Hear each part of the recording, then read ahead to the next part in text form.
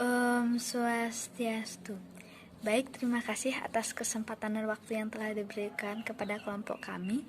Di sini kami ingin mempresentasikan hasil dari kerja kelompok kami. Sebelumnya, perkenalkan, nama saya Luhlita Rwi Asri. Adapun rekan saya dalam mempresentasikan hasil kerja kelompok kami. Yang pertama saya sendiri, dan yang kedua yaitu Imade Ardia Antara, dan yang ketiga yaitu Iwayan Trisna Priyandana. Kami ingin mempresentasikan tentang dasar internet atau konsep dasar internet. Dari presentasi kami ingin menjelaskan atau memaparkan 5 submateri. Yang pertama yaitu tentang apa itu konsep dasar-dasar internet, dan yang kedua yaitu fasilitas-fasilitas yang ada di internet, dan yang ketiga yaitu aplikasi dasar internet, dan yang keempat yaitu fungsi atau manfaat internet, dan yang kelima yaitu kelebihan dan kekurangan dari aplikasi internet. Di sini saya sendiri membahas materi yang pertama yaitu tentang konsep dasar internet. Sebelumnya, internet adalah kumpulan komputer yang terhubung yang satu dengan yang lain dalam sebuah jaringan yang sangat luas. Secara fisik disebut sebagai jaring laba-laba atau sering disebut dengan the web, yang menyelimuti bola dunia dan terdiri atas titik-titik atau biasanya disebut dengan node yang saling berhubungan. Noda bisa berupa komputer, jaringan lokal, atau peralatan komunikasi. Sedangkan garis penghubung antar simpul disebut sebagai tulang punggung atau biasanya disebut dengan backbone.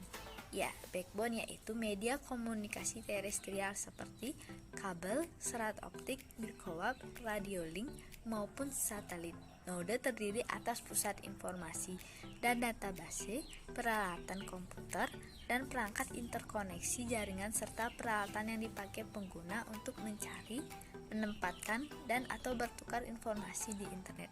Adapun hal-hal yang harus diketahui dalam internet, yang pertama yaitu TCP atau disebut Transfer Control Protocol, dan IP atau disebut Internet Protocol.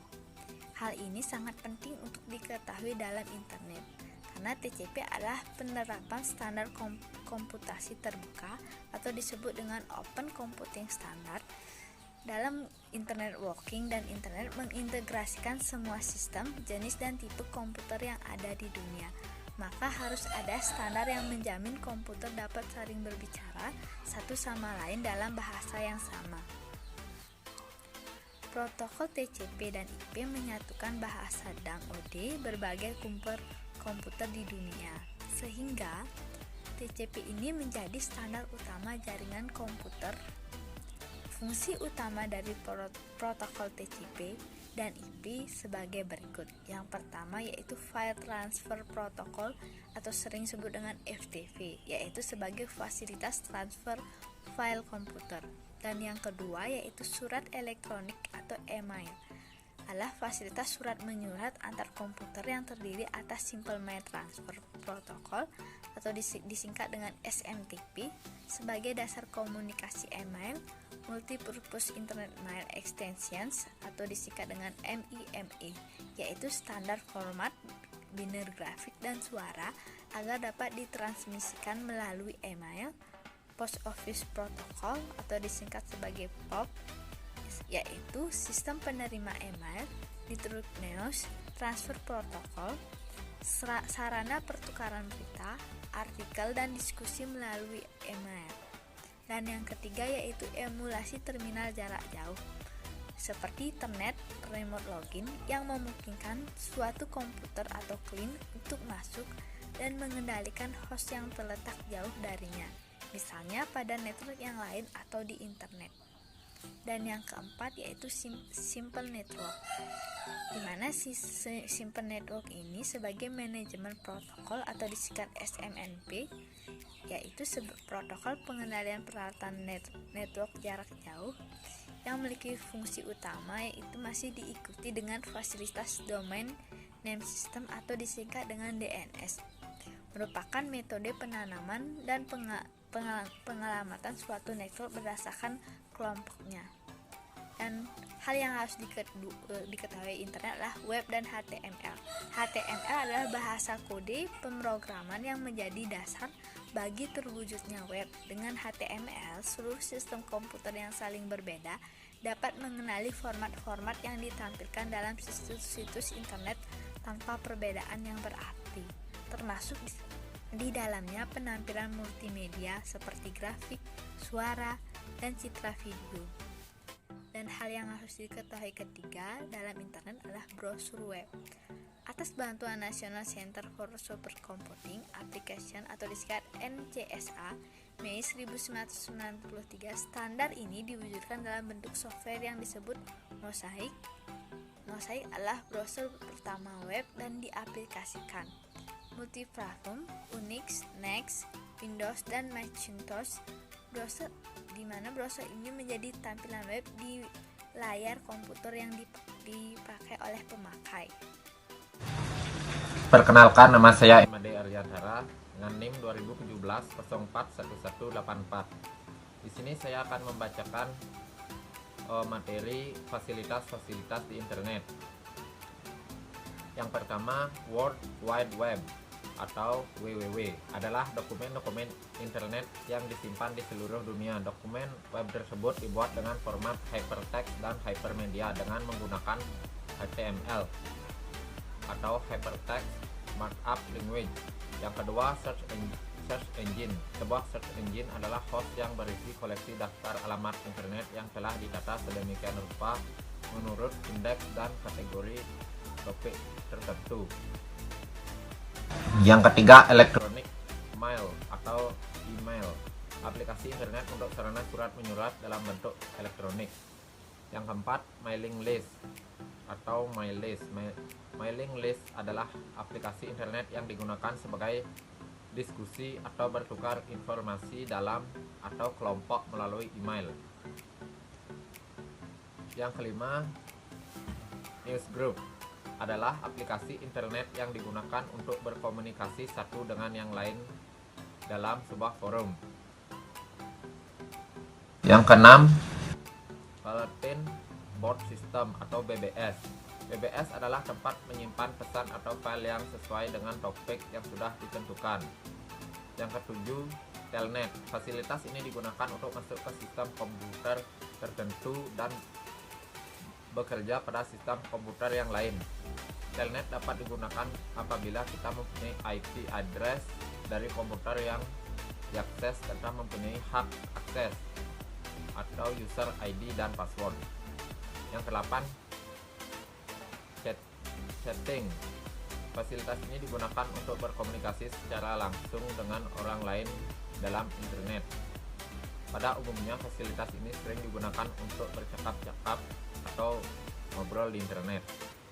Kesembilan, file transfer protocol.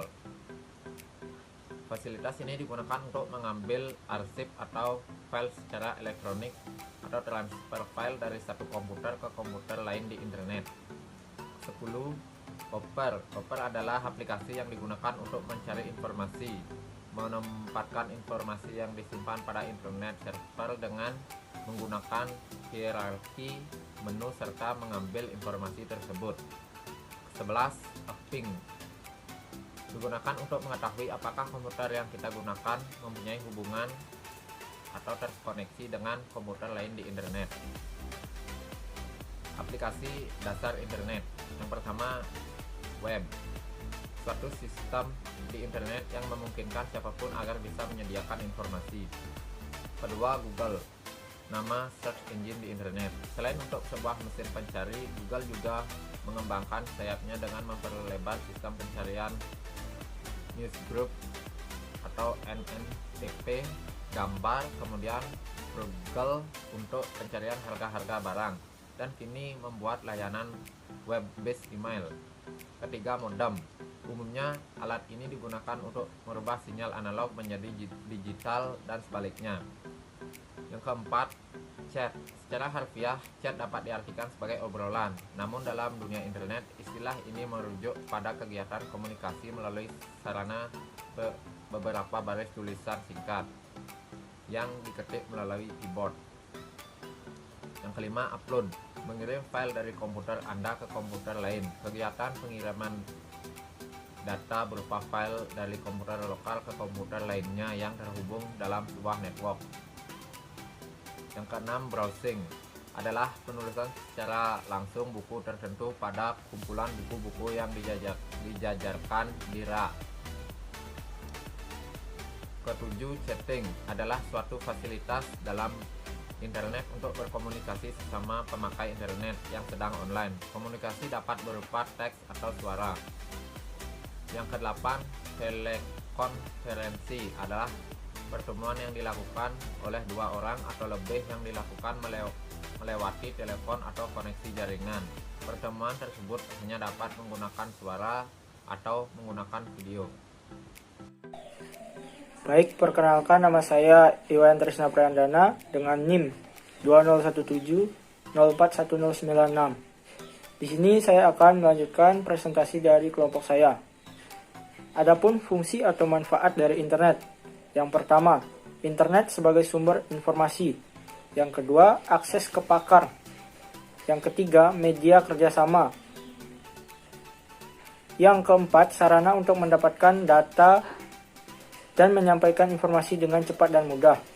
Yang kelima, mengurangi biaya kertas dan biaya distribusi. Yang keenam, sebagai media promosi. Yang ketujuh, sarana komunikasi yang efektif. Dan yang terakhir, sebagai alat research and development. Adapun kelebihan dan kekurangan dari aplikasi internet ini. Kelebihan-kelebihannya yaitu yang pertama, jangkauan internet bersifat umum. Artinya, tidak mengenal waktu, tempat, dan jalur birokrasi. Setiap orang di seluruh dunia ini dapat mengakses internet secara bebas untuk mencari dan menyebarkan informasi, membuat promosi produk barang dan jasa, atau berkomunikasi dengan rekannya. Yang kedua, akses internet tidak dibatasi oleh waktu. Artinya, setiap waktu dapat mengakses internet karena internet selalu online selama 24 jam dalam sehari. Yang ketiga, efektivitas dan efisiensi internet dalam menyelesaikan pekerjaan menjadi daya tarik orang-orang untuk menggunakan internet. Internet dapat membantu mencari informasi yang dibutuhkan dengan cepat. Dan yang terakhir yaitu komunikasi melalui internet dengan pengguna lain yang berada di tempat yang jauh menjadi lebih interaktif dan fleksibel. Fasilitas-fasilitas yang memungkinkan pengguna internet untuk berkomunikasi dengan tulisan dan berbicara sambil bertatap muka seolah-olah lawan bicara berada di hadapannya. Sedangkan kelemahan dari internet ada dua, yaitu yang pertama adanya penyebaran virus komputer melalui internet. Ancaman virus komputer yang disebarkan melalui internet menjadi suatu masalah yang sangat serius bagi komputer pengguna. Yang kedua yaitu banyaknya pengguna yang mengakses internet dalam waktu bersamaan akan memperlambat akses internet tersebut. Baik, itu saja pemaparan materi konsep dasar internet dari kelompok kami. Mohon maaf adanya kesalahan dalam penyampaian materi dari kelompok kami. Dan terima kasih atas kesediaan teman-teman dalam memperhatikan penyampaian materi kami. Dan saya tutup presentasi ini dengan Parama Santi. Om Santi Santi Santi Om.